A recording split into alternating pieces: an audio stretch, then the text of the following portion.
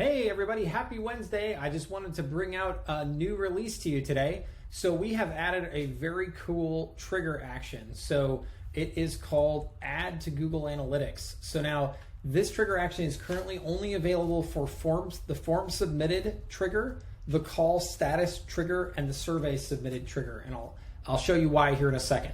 So what basically this allows you to do, so for those of you who are kind of new to Google Analytics or to Google Analytics events, basically inside Analytics, if you go into your Analytics, and this is our Analytics here, if we look at events, so we can go and look at the overview page for events, we're tracking all kinds of different events. And so let's look at this top one here. We're tracking whenever a video on our website is getting a view. So we can see here that there are 675 people who have actually viewed this video, but there's categories, there's actions. So for example, out of the 675, there were 230 plays, 25% watched was 160, 50% watched was 133. So these are the different actions. And then of course you have labels as well. And so this is the label on the video. And what's the point of all these events? So the whole point here is to be able to track things that happen outside of Google Analytics that you might want to report into Google Analytics. So this could be something like tracking somebody calling a tracking phone number, or like in this example of submitting a form.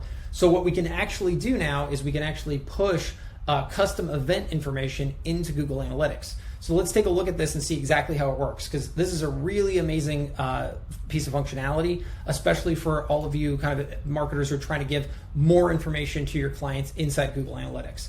So first we put in our tracking ID, and the tracking ID, of course, is going to be found here in the back end of Analytics. It's sort of proprietary to you, so don't share that with other people. And then the categories, the actions, the labels, and the values, these are all open text fields. So remember, these are things that you create. These are events that you want to see sort of taken into account inside Google Analytics. So now once you start firing off these triggers, what you're going to see is over here under behavior, events, and then here is actually where the events are going to show up. So you can start to actually report all of that out to your clients.